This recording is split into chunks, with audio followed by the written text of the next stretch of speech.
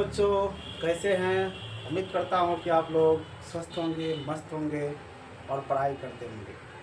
ठीक है बच्चों, तो चलिए आज हम फिर जो है दूसरा पार्ट लेके आए हैं।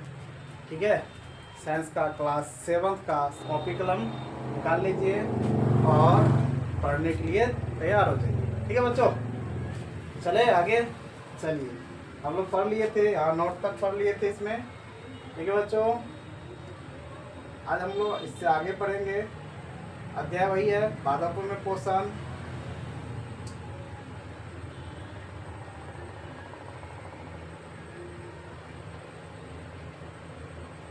चलिए बच्चों, ठीक है, सॉरी बच्चों, आज हम लोग यहाँ से पढ़ना स्टार्ट करेंगे। पादपों में कार्बोहाइड्रेट के अतिरिक्त अन्य खाद्यों का संश्लेषण, यानी कि पेड़ पौधा में जो है कार्बोहाइड्रेट के अतिरिक्त और इसके अलावा अन्य खाद्य संश्लेषण, इसके बारे में जानेंगे। ठीक है बच्चों, पहला पॉइंट है, प्रकाश संश्लेषण के द्वारा पादप कार्बोहाइड्रेट का संश्लेषण करता है। अगर पूछा जाए कि बताओ पादप यानी कि पौधा जो है प्रकाश संश्लेषण के दौरान कौन चीज संश्लेषित करता है? कार्बोहाइड्रेट संश्लेषण करता है। ठीक है, आगे है, प्रकाश संश्लेषण के द्वारा पादप यानी कि पौधे में कार्बोहाइड्रेट का संश्लेषण करते हैं। ठीक है, ये सेम पॉइंट हो गया बच्चों, ये दोनों। ठीक है, अगला है, कार्बोहाइड्रेट कार्बन, हाइड्रोजन एवं ऑक्सीजन से बनते हैं। कार्बोहाइड्रेट कार्बन, हाइड्रोजन एवं ऑक्सीजन से बनते हैं। अगर आपसे क्वेश्चन पूछे कि बताओ कार्बोहाइड्रेट कौन चीज से बनता है, कार्बोहाइड्रेट किस चीज से मिलकर बनता है, तो क्या बोलेंगे? कार्बन और हाइड्रोजन एवं ऑक्सीजन से मिलके बनता है। ठीक है बच्चों, याद हो गया। कार्बोहाइड्रेट किससे? कार्बन, हाइड्रोजन और ऑक्सीजन से मिलके बनता है। इनका प्रयोग या उपयोग भोजन के अन्य घटक जैसे प्रोटीन और वसा बनाने में किया जाता है। इसका जो है कार्बोहाइड्रेट का उपयोग कहाँ होता है? भोजन के अन्य घटक में होता है। ठीक है, जो क्या करता है, प्रोटीन और वसा बनाने में काम आता है। ठीक है बच्चों, प्रोटीन और वसा बनाने में किया जाता है इसका कार्बोहाइड्रेट का प्रयोग। ठीक है, उपयोग। अगला है पॉइंट, प्रोटीन के संश्लेषण में नाइट्रोजन की आवश्यकता होती है। अगर आपसे पूछे बताओ प्रोटीन संश्लेषण में, यानी कि प्रोटीन का जो संश्लेषण होगा उसमें कौन चीज़ की आवश्यकता होती है, तो क्या बोलेंगे? नाइट्रोजन की आवश्यकता होती है। क्या होगा बच्चों? नाइट्रोजन की आवश्यकता होगा। ठीक है बच्चों, यानी कि कहने का मतलब है कि जिसमें देखो प्रोटीन के संश्लेषण किसमें होगा? नाइट्रोजन की आवश्यकता होती है। ठीक है बच्चों, अगला है, नाइट्रोजन वायु में प्रचुर मात्रा में उपस्थित है, परंतु पौधे इस नाइट्रोजन का अवशोषण इस रूप में नहीं कर सकते।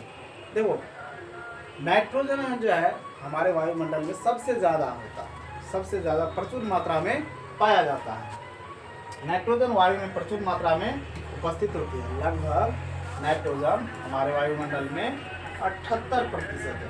ठीक है बच्चों, कितना प्रतिशत? 78% नाइट्रोजन हो जाता है, पाया जाता है। परंतु पौधे इस नाइट्रोजन का क्या करता है? अवशोषण इस रूप में नहीं करता है। ठीक है, तो पादप, अगला है टॉपिक, देखो पादप नाइट्रोजन कैसे प्राप्त करता है? अगर इस रूप में अवशोषण नहीं करता है तो पादप नाइट्रोजन किस रूप में ग्रहण करता है? तो देखिए किस रूप में करता है। प्रोटीन नाइट्रोजन मिट्टी से अवशोषित करते हैं। कहाँ से? मिट्टी से। प्रोटीन मतलब पौधा जो है, पेड़ पौधा क्या कहाँ से नाइट्रोजन अवशोषित करता है? मिट्टी से। याद रखना बच्चों, इससे मिट्टी से। पौधा नाइट्रोजन कहाँ से ग्रहण करता है? मिट्टी से। ठीक है, मिट्टी में कुछ विशेष जीवाणु यानी कि बैक्टीरिया पाया जाता है जो मिट्टी में उपस्थित नाइट्रोजन को घुलनशील रूप प्रदान कर मिट्टी में उत्सर्जित कर देते हैं। देखो क्या होता है, मिट्टी में कुछ क्या होता है, विशेष बैक्टीरिया यानी कि जीवाणु पाया जाता है, ठीक है, जो क्या करता है मिट्टी में उपस्थित नाइट्रोजन को घुलनशील रूप में प्रदान कर देता है। उसमें क्या होता है, मिट्टी में उत्सर्जित कर देता है, उसे मिट्टी में उत्सर्जित कर देता है, यानी कि नाइट्रोजन को क्या करता है, घुलनशील बना देता है मिट्टी में, और कुछ जीवाणु जो ऐसा है जो घुलनशील बना देता है और फिर उससे नाइट्रोजन उत्सर्जित करता है। ठीक है बच्चों, आगे पॉइंट है, कई बार किसान नाइट्रोजन युक्त उर्वरक तथा खाद मिट्टी में मिलाते हैं। कई बार क्या करता है किसान, जब खेती करता है उसमें नाइट्रोजन देता है, यानी कि नाइट्रोजन युक्त उर्वरक खाद देता है, ठीक है, खाद मिट्टी में मिलाते हैं, जैसे यूरिया में भी क्या मिला रहता है, नाइट्रोजन, ठीक है, यूरिया में भी नाइट्रोजन। किसान क्या करता है, खेत में यूरिया छिड़कता है, क्या मतलब नाइट्रोजन क्या करता है, नाइट्रोजन देता है, यानी कि किसान कई बार क्या कर रहा है, नाइट्रोजन युक्त उर्वरक यानी कि खाद जो है मिट्टी में मिलाते हैं। यूरिया पौधे के लिए क्या है, नाइट्रोजन की मात्रा को मिट्टी में बनाए रखता है। यूरिया का क्या काम होता है, जो यूरिया किसान जो छिड़कता है उसका क्या काम है मिट्टी में, तो मिट्टी में क्या करता है, वो नाइट्रोजन की जो आवश्यकता होता है उसको बनाए रखता है। अगर मिट्टी में नाइट्रोजन की कमी हो जाता है तो उसको यूरिया देने से नाइट्रोजन बन जाता है, नाइट्रोजन यानी कि उसको मिल जाता है, इसीलिए पेड़ पौधा क्या होता है, स्वस्थ रहता है। ठीक है बच्चों, तो आज हम लोग यहाँ तक समझ लिए हैं। चलिए अब नेक्स्ट टॉपिक है, पादपों में पोषण अन्य विधि से कैसे होता है। पादप में हम देख लिए कि क्या क्या विधि से हो रहा है, ठीक है, अब आगे है नेक्स्ट विधि कि पादप में अन्य विधि क्या है। तो देखो कुछ पौधों में क्या होता है, क्लोरोफिल नहीं पाया जाता है, कुछ पौधा ऐसा होता है जो इसमें क्लोरोफिल नहीं होता, यानी कि बिना हरा भरा, जिसमें हरा भरा होता है वो क्लोरोफिल उसमें रहता है, पेड़ पौधा की पत्ती में जो हरा रहता है उसमें क्लोरोफिल होता है। लेकिन कुछ ऐसा भी पेड़ पौधा है जो क्या है, हरा भरा नहीं होता है, जिसमें क्लोरोफिल नहीं पाया जाता है, जिसमें वे हरे रंग की नहीं होते हैं और ये अपना भोजन भी स्वयं संश्लेषित नहीं कर पाते हैं, ये अपना भोजन भी नहीं बना पाता है। कुछ पेड़ पौधा ऐसा भी है जो अपना खुद भोजन नहीं बनाता है, ठीक है, अब इसके बारे में जानेंगे। देखिए ये अपना भोजन के लिए दूसरे पौधे पर निर्भर होता है, फिर कहाँ निर्भर होता है, कुछ पौधा ऐसा है जो दूसरे पेड़ पौधा पर निर्भर होता है, ठीक है, अर्थात ये भोजन के लिए विषमपोषी प्राणी अपनाते हैं। कुछ पेड़ पौधा भी विषम प्राणी होता है, ठीक है, हम मनुष्य विषमपोषी है, ठीक है, लेकिन कुछ पेड़ पौधा भी विषमपोषी है, ठीक है बच्चों, जो क्या करता है, दूसरे पेड़ पौधा पर निर्भर रहता है। देखो बच्चों इस पेड़ का क्या नाम है, जो दूसरे पर निर्भर रहता है, जैसे देखो अमरबेल में पोषण, अमरबेल पौधा का नाम है, ये पौधा जो है क्या करता है, दूसरे पर निर्भर रहता है, अपना भोजन खुद नहीं बनाता है, ठीक है। चलो देखो इसमें पॉइंट है कि अमरबेल में क्लोरोफिल नहीं पाया जाता है।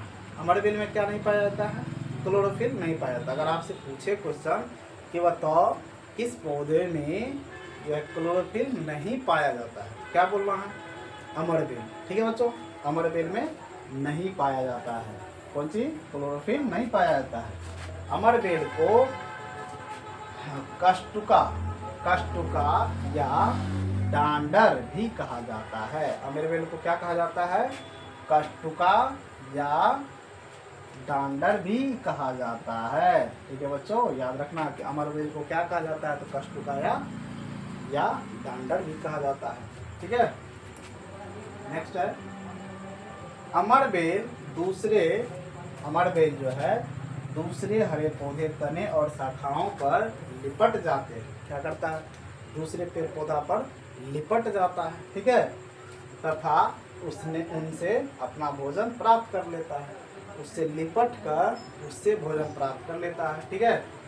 ऐसे पौधे को परजीवी कहते हैं, ऐसे पौधे को क्या कहते हैं, परजीवी कहते हैं, ठीक है बच्चों। नेक्स्ट है पौधे जिनसे ये बिना क्लोरोफिल वाले पौधे पोषण प्राप्त करते हैं, परपोषी कहलाता है। क्या कहलाता है? परपोषी। तो याद रखना बच्चों, परपोषी किसे कहते हैं? पौधे जिनसे ये बिना क्लोरोफिल वाले पौधे पोषण प्राप्त करते हैं उसे क्या कहते हैं? परजीवी परजीवी कहते हैं। ठीक है बच्चों, याद रखना इस पॉइंट को। अब देखो इधर इसमें ये जो है कुछ पौधा है, ये देखो इसमें अमरवेल का ये पौधा है। ठीक है, देखो इसमें, हाँ ये पौधा जो है क्या है? अमरवेल का है। देखो ये दूसरे पौधे पर क्या है? ये चिपका हुआ है, मतलब एकदम लत्ती की तरह उसमें चिपक जाता है और उसी से क्या करता है? ये पीला पीला होते रहता है। किसी पौधा पेड़ पौधा पे देखा भी होगा कैसा लटकल रहता है, इसका जड़ कहीं नहीं रहता, ऊपरी में रहता है। ये क्या करता है? अपना भोजन इसी पौधा से अपना भोजन तैयार कर लेता है। ठीक है, ले लेता है, दूसरे पर निर्भर होता है। ठीक है बच्चों, अब देखो कीटभक्षी पादप।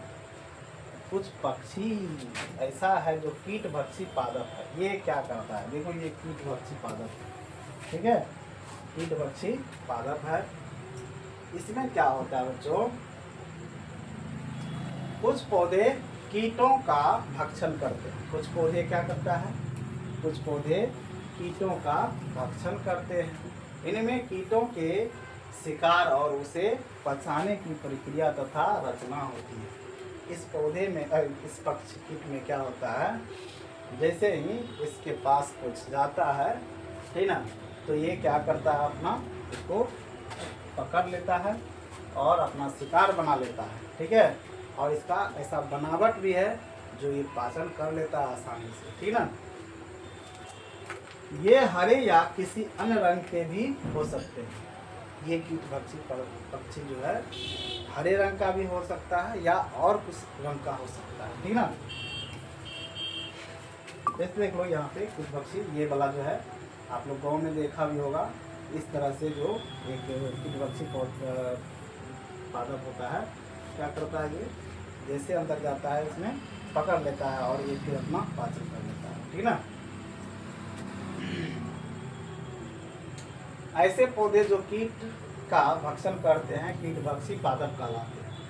अगर आपसे पूछा जाए कि कीटभक्षी पादप किसे कहते हैं, ठीक है, तो आपको लिखना है ऐसे पौधे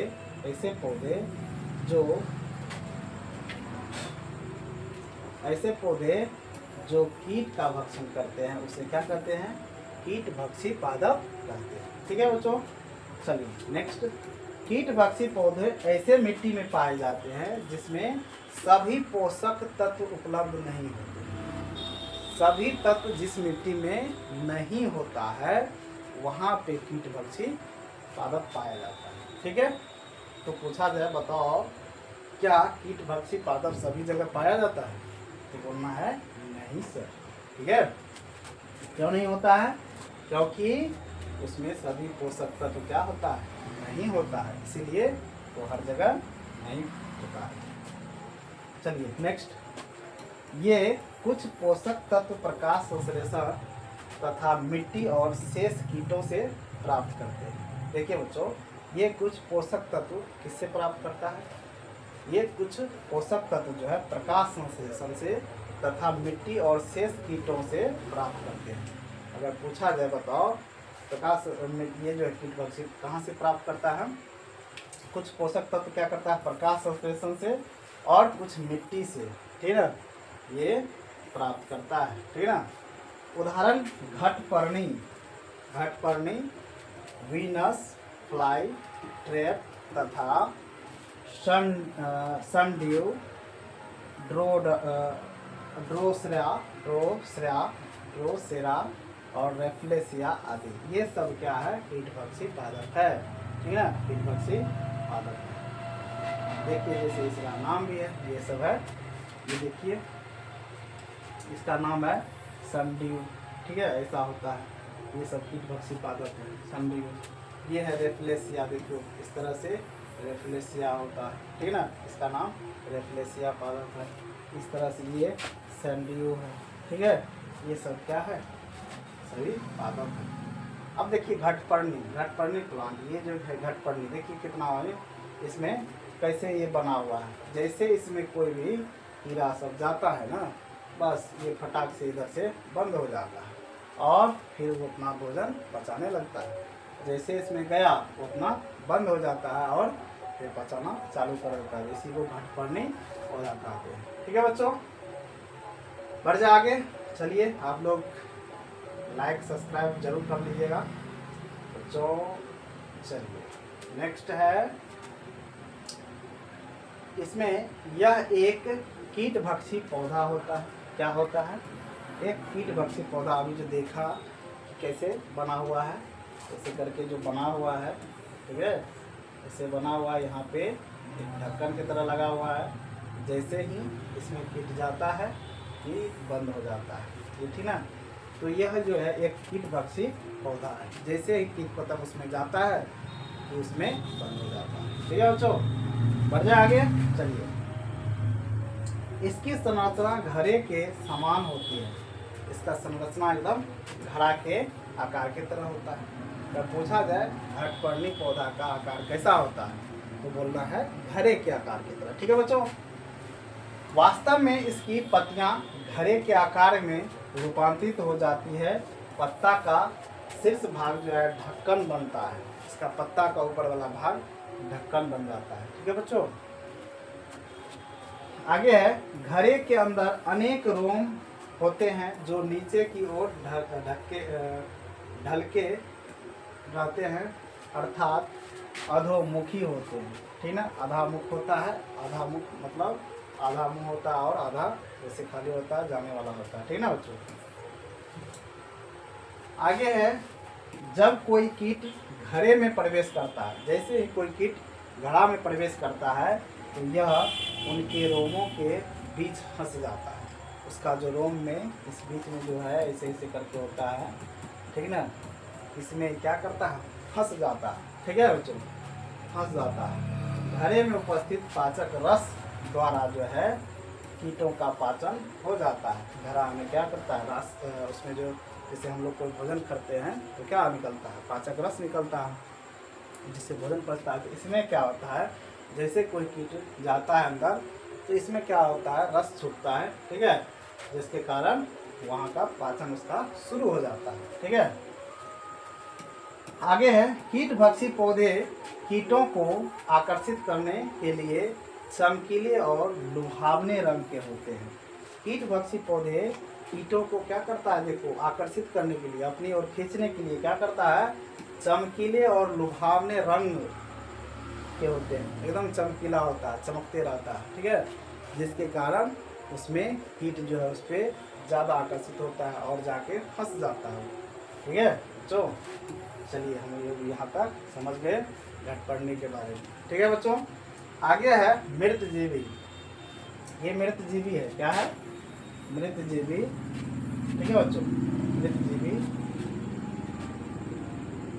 ये देखिए हम लोग इसको देहाती भाषा में गोबर छत्ता भी कह देते हैं। ठीक है, ये मृतजीवी पौधा होता है। ठीक है बच्चों, क्या होता है, मृतजीवी पौधा होता है जो कि कहीं भी जहाँ पे गंदगी हो जाता है, जहाँ पे बहुत दिन से पड़ा होता है, यहाँ जो चीज़ सड़ गल जाता है मिट्टी के अंदर में, वहाँ पे देखेगा, गोबर के अंदर नीचे देखेगा, ये सब चीज़ कहीं पे उग जाता है। ठीक है, कुछ जीव मृत एवं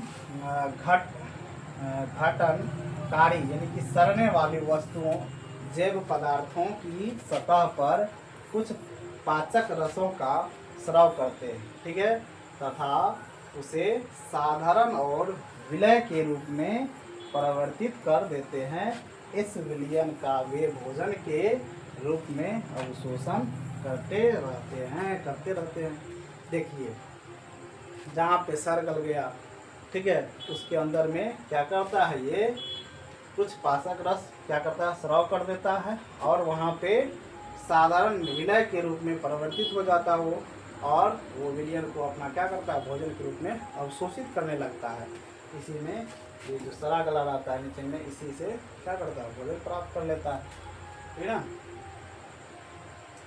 इस प्रकार की पोषण प्रणाली, इस प्रकार की क्या है, पोषण प्रणाली, जिसमें जीव मृत एवं विघटित जैविक पदार्थों से पोषक तत्व प्राप्त करते हैं, मृत जीवी पोषण कहलाती है। अगर आपसे पूछा जाए कि बताओ मृत जीवी किसे कहते हैं, ठीक है बच्चों, मृत जीवी किसे कहते हैं, नोट्स निकालिए, कॉपी निकालिए, पेन, इसको लिखिए कि मृत जीवी किसे कहते हैं। तो लिखना है जिसमें जीव मृत एवं विघटित जैविक पदार्थों से पोषण तत्व प्राप्त करते हैं, क्या कहलाता है, मृत जीवी पोषण कहलाती है, ठीक है बच्चों, याद कर लेना है इसको। इस प्रणाली का उपयोग करने वाले जीव मृत जीवी कहलाते हैं। इस प्रणाली का जो मतलब उपयोग करता है उसको मृत जीवी कहते हैं। जैसे कवक, फंगी, ठीक है, क्या है, कवक, ये जो है मृत जीवी है, ठीक है ना। कवक देखिए, यहाँ पे देखिए कवक क्या है, कवक जो ये जो कवक है देखिए ये क्या है, पावरोटी है, ठीक है। हम लोग ब्रेड देखें, ब्रेड, उस ब्रेड को कुछ दिन छोड़ दिया जाता है और उस पर अगर हल्का पानी पड़ गया तो कुछ 1 से 2 दिन में उस पर क्या होता है, फुफुंदी टाइप का होने लगता है, देखो फुफुंदी टाइप का है, ठीक है। यही क्या कहलाता है, कवक कहलाता है। जो फुफड़ी जिसको कहते हैं, फुफड़ी कोनो चीज़ पे निकल जाता है, जैसे कोई भी चीज़ को छोड़ दो 2-4 दिन तो क्या होता है, फुफुंद निकल जाता है, फुफड़ी निकल जाता है, अरे वही फुफड़ी निकल जाता है, उसी को क्या कहते हैं, कवक कहते हैं, ठीक है। ये कवक देखो, फंगी, ये कहाँ होता है, ये अचार में होता है। अचार को देखो बनाते समय क्या बढ़िया से सुखाया नहीं, काट दिया, छोड़ दिया, बढ़िया से नहीं देखभाल किया तो उसमें क्या होगा, अचार में फुफुंद लग जाएगा। चमड़ा का, जिसमें देखो चमड़ा का कोई भी चीज़ है उसको भिंगा के रख दो, खराब हो जाएगा, उसमें फुफुंद लग जाएगा। कपड़े एवं अन्य पदार्थों पर भी उगते हैं। ये कहाँ कहाँ उगता है, ये अचार में उग जाता है, चमड़े में उग जाएगा, ठीक है, कपड़े में और अन्य पदार्थ में भी उग जाता है, भोजन में भी उग जाता है, खाना में भी छोड़ दो 2 दिन बासी हो जाएगा, उस पर भी उग जाएगा।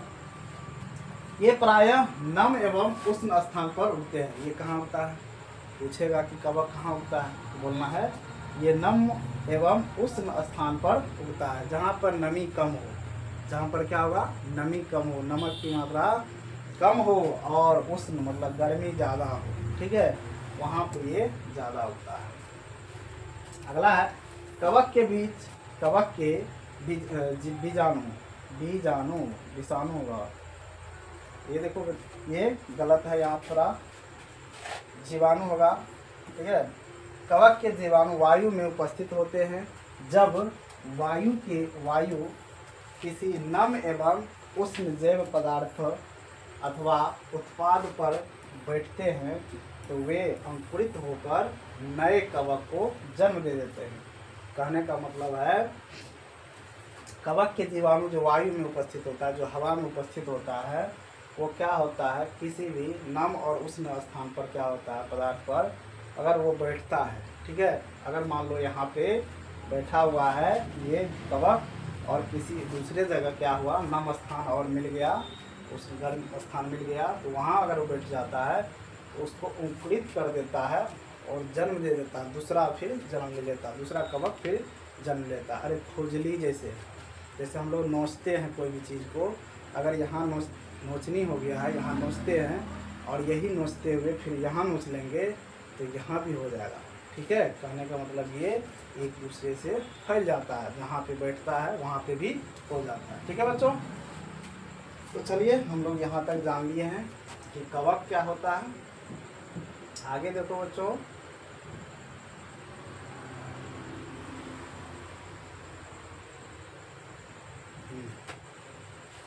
देखिए बच्चे ये ईस्ट, क्या है ये, ईस्ट है, ठीक है बच्चों। ईस्ट एवं छत्रक जैसे अनेक कवक उपयोगी है। ईस्ट हो और छत्रक ये अनेक कवक उपयोगी भी है। कुछ कवक जंतुओं एवं मनुष्य में रोग उत्पन्न करते हैं। कुछ कवक ऐसा है जो जंतु में हो जाता है, मनुष्य में हो जाता है, जो क्या करता है, रोग को उत्पन्न कर देता है। ठीक है बच्चों। वहीं कुछ का उपयोग औषधि के रूप में भी होता है। कुछ कवक को दवाई बनाने के लिए भी, औषधि मतलब दवाई, कुछ कवक ऐसा है जिससे दवाई भी बनाया जाता है। ठीक है बच्चों, उसका प्रयोग क्या होता है। ठीक, अब है सहजीवी। क्या है, सहजीवी। देखिए ये सहजीवी क्या होता है बच्चों, ये सहजीवी जो है, कुछ जीव एक दूसरे के साथ रहते हैं, कुछ जीव किसके साथ, एक दूसरे के साथ रहते हैं, तथा अपना आवास एवं पोषण तत्व एवं पोषक तत्व एक दूसरे के साथ बांटते हैं।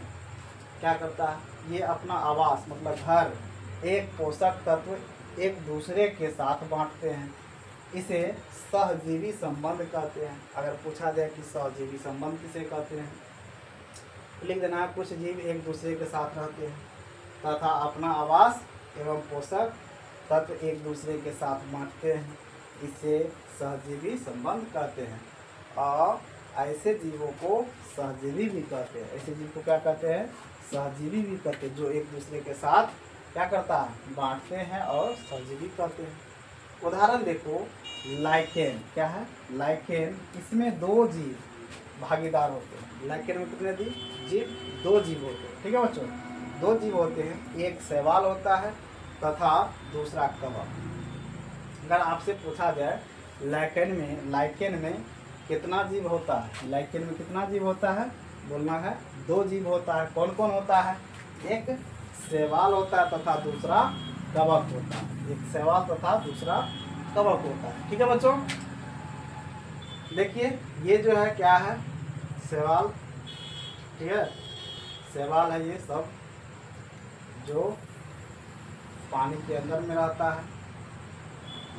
शैवाल देखिए, शैवाल में क्लोरोफिल उपस्थित होता है। शैवाल में क्या होता है, क्लोरोफिल उपस्थित होता है, जबकि कवक में क्लोरोफिल नहीं होता है। याद रखना पॉइंट बच्चों कि अगर पूछा जाए बताओ कि शैवाल में क्या क्लोरोफिल होता है, तो बोलना यस सर होता है। ठीक है, अच्छा कवक में क्लोरोफिल होता है, नहीं सर नहीं होता है। ठीक, कवक शैवाल को रहने का स्थान, कवक जो है शैवाल को रहने का स्थान यानी कि आवास, घर, जल एवं पोषक तत्व उपलब्ध कराता है। कवक क्या करता है, शैवाल को रहने के लिए, कवक क्या करता है, शैवाल को रहने के लिए घर देता है। ठीक है, और जल एवं पोषक तत्व भी उपलब्ध कराता है। ठीक, तथा बदले में शैवाल प्रकाश संश्लेषण द्वारा संश्लेषित खाद्य कवक को देता है। बदला में शैवाल क्या देता है, प्रकाश संश्लेषण करके कवक को खाद्य संश्लेषण देता है। ठीक है, देखो बच्चों एक दूसरे से दोनों चेंज होता है। ठीक है ना।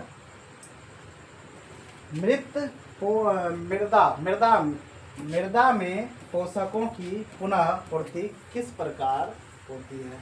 कह रहा है कि मृदा यानी कि मिट्टी में पोषक को पुनः पूर्ति किस प्रकार होती है। अगर मिट्टी में पोषक तत्व कम हो जाए, ठीक है, तो उसको हम लोग पुनः किस प्रकार ला सकते हैं, ये है। ठीक है बच्चों, देखिए ये मिट्टी है, ठीक है, इसमें पोषक तत्व की कमी हो जाता है, तो हम फिर कैसे लाएंगे इसको। तो देखो पॉइंट है, बैक्टीरिया एक सूक्ष्म जीव है। बैक्टीरिया क्या है, एक सूक्ष्म जीवी है जो मिट्टी में नाइट्रोजन के स्तर को बनाए रखने में मदद करता है। जो क्या करता है, बैक्टीरिया एक सूक्ष्म जीवी है, ठीक है, जो मिट्टी में नाइट्रोजन के स्तर को बनाए रखने में मदद करता है। ठीक है बच्चों, आगे है राइजोबियम एक प्रकार का बैक्टीरिया है। राइबोजियम क्या है,